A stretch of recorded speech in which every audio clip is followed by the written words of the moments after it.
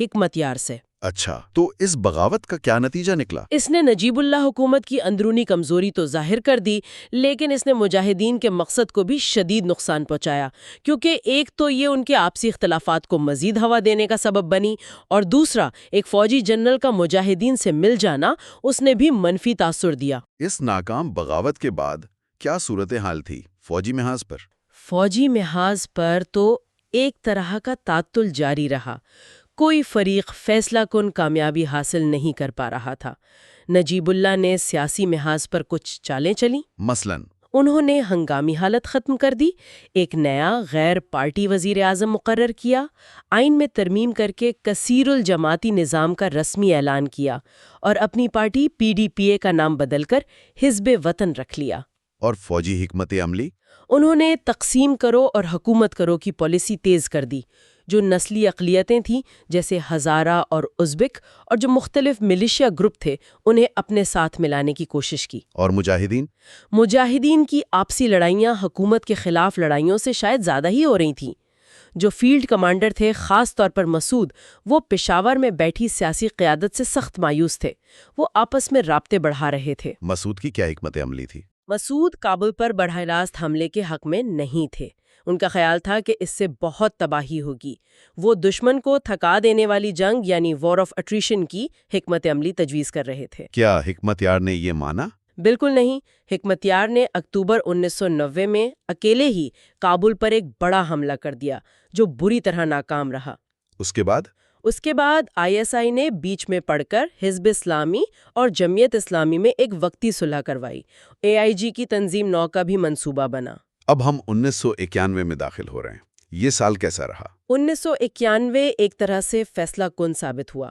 ایک تو Soviet union کا خاتمہ بالکل قریب آ چکا تھا، دوسری طرف خلیجی جنگ نے دنیا کی توجہ کہیں اور مرکوز کر دی تھی، اور امریکہ اور ابھرتے ہوئے روس کا رویہ؟ وہ اب افغانستان کا کوئی مشترکہ حل تلاش کرنے پر متفق ہو رہے تھے، اور سب سے اہم بات یہ ہوئی کہ سوویت یونین نے بھی عملی طور پر نجیب اللہ کی حمایت سے ہاتھ کھینچ لیا۔ یعنی اب سب متفق تھے کہ نجیب اللہ کو جانا ہوگا۔ جی بالکل۔ سوویت یونین نے اب مجاہدین سے براہ راست بات چیت بھی شروع کر دی تھی۔ اس کا اثر میدان جنگ پر کیا پڑا؟ ایک بڑا اثر پڑا۔ مارچ 1991 میں مجاہدین نے ایک اہم کامیابی حاصل کی، خوست شہر پر قبضہ کر لیا۔ خوست؟ یہ کیسے ہوا؟ یہ ISI کی حمایت سے حملہ ہوا تھا، جس کی قیادت جلال الدین خاقانی کر رہے تھے، اور اس میں وہ سابق باغی جنرل تنائی جو اب حکمت یار کے ساتھ تھے، انہوں نے بھی اہم کردار ادا کیا۔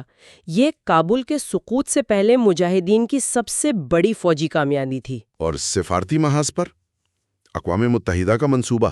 جی، مئی 1991 میں اقوام متحدہ کے سیکرٹری جنرل پیرز ڈی کویار نے ایک 5 پوائنٹ امن منصوبہ پیش کیا، جس میں عبوری حکومت کا قیام، تمام فریقوں کو اسلحے کی فراہمی بند کرنا، یہ سب شامل تھا۔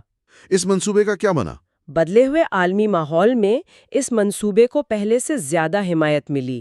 امریکہ اور روس نے ستمبر میں باقاعدہ اعلان کر دیا کہ وہ جنوری 1992 سے دونوں فریقوں کو اسلحے کی فراہمی بند کر دیں گے۔ کیا ان فیصلوں سے افغانستان کے اندر حالات کچھ بہتر ہوئے؟ امن آیا؟ نہیں، امن تو نہیں آیا، بلکہ ماخذ بتاتا ہے کہ 1991 میں جرائم بڑھے، منشیات فروشی میں اضافہ ہوا، چھوٹے چھوٹے جنگی سرداروں کا اثر و رسوخ بڑھا۔ امداد میں کمی کا بھی اثر پڑا ہوگا؟ جی بالکل، معاشی مشکلات بڑھ گئیں، حکومتی ملیشیا بھی ناقابل اعتبار ہوتی جا رہی تھیں، اور آپسی لڑائیاں تو چل ہی رہی تھیں۔ ایک اور تبدیلی کا آپ نے ذکر کیا تھا، نسلی عوامل کا ابھرنا۔ جی ہاں، سوویت یونین کے ٹوٹنے اور وسطی ایشیائی ریاستوں کی آزادی کے بعد شمالی افغانستان کی جو غیر پشتون آبادیاں تھیں، تاجک، ازبیک، ترکمان، انہوں نے اپنی نسلی شناخت پر زیادہ زور دینا شروع کیا۔ اس کا فائدہ کس نے اٹھایا؟ مسعود نے شمال میں اپنا کنٹرول مضبوط کیا، اور جنرل عبدالرشید دوستم کی جو ازبک ملیشیا تھی، جو پہلے حکومت کے ساتھ تھی، وہ بھی زیادہ خود مختار ہوتی جا رہی تھیں۔ تو اب ہم 1992 کے آغاز میں ہیں، کیا ہوا پھر؟ جنوری 1992 میں پاکستان کی پالیسی میں ایک اہم تبدیلی آئی۔ نئے آرمی چیف جنرل آصف نواز نے اقوام متحدہ کے امن منصوبے کی حمایت کا اعلان کیا اور ISI کو مجاہدین سے متعلق سرگرمیاں محدود کرنے کا حکم دیا۔ اس کا مطلب حکمت یار مزید تنہا ہو گئے؟ جی بالکل۔ اور پھر مارچ میں نجیب اللہ نے بھی اقوام متحدہ کے منصوبے کے تحت مستعفی ہونے پر آمادگی ظاہر کر دی۔ لیکن پھر وہ اچانک منظر سے غائب ہو گئے۔ جی 16 اپریل 1992 کو نجیب اللہ نے استعفیٰ دیا اور کابل میں اقوام متحدہ کے دفتر میں پناہ لے لی۔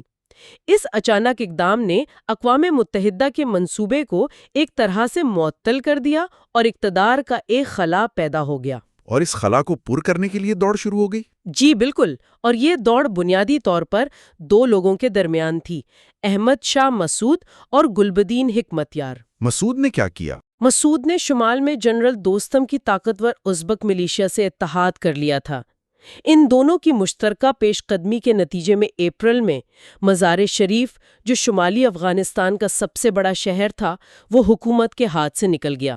اور اس کے بعد؟ اس کے بعد تو جیسے ایک سلسلہ شروع ہو گیا۔ دوسرے شہر بھی تیزی سے گرنے لگے۔ کابل عملی طور پر اکیلا رہ گیا۔ اب سوال صرف یہ تھا کہ کابل پر پہلے کون پہنچتا ہے، مسعود یا حکمت یار؟ اور کابل کا سکوت کیسے ہوا؟ کون پہلے پہنچا؟ 25 سے 27 اپریل کے درمیان دونوں اطراف کی فوجیں کابل شہر میں داخل ہوئیں۔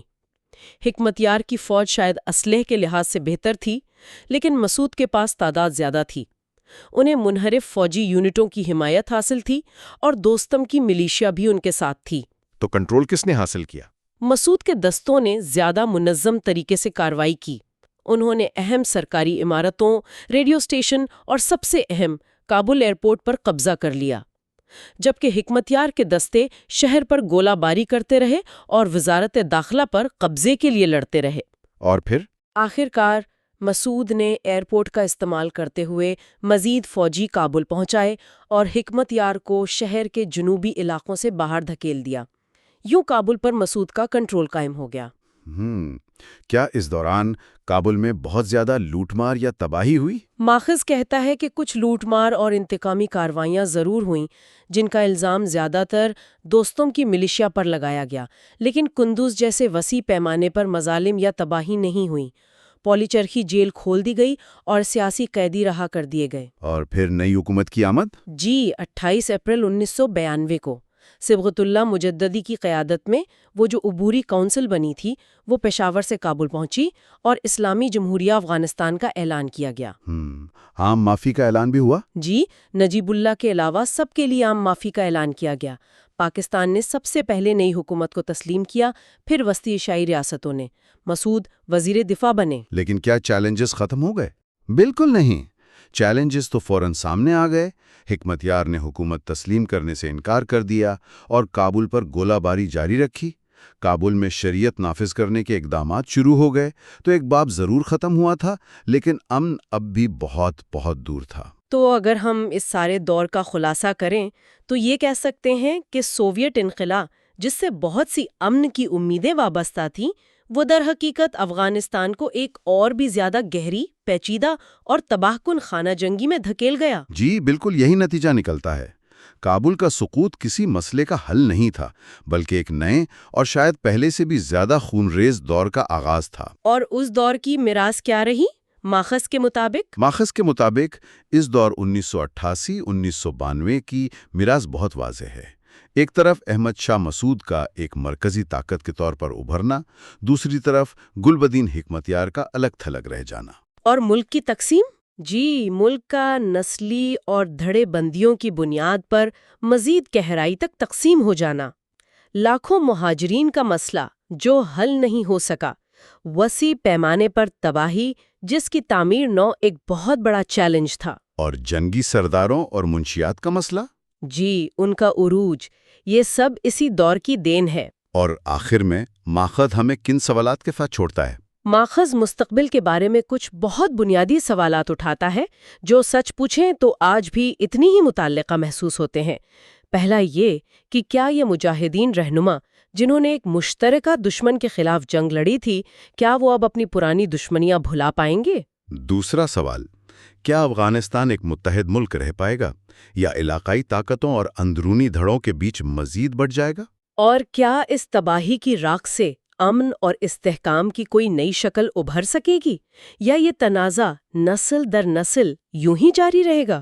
اور شاید سب سے بنیادی سوال جس کی طرف ماخذ اشارہ کرتا ہے وہ یہ ہے کہ اتنے برسوں کے انحصار، بیرونی مداخلت اور اس تباہ کن اندرونی لڑائی کے بعد افغان عوام میں وہ حوصلہ، وہ امید اور وہ مل کر کام کرنے کی خواہش کیسے پیدا ہوگی جو کسی بھی ملک کی تعمیر نو کے لیے سب سے ضروری چیز ہے۔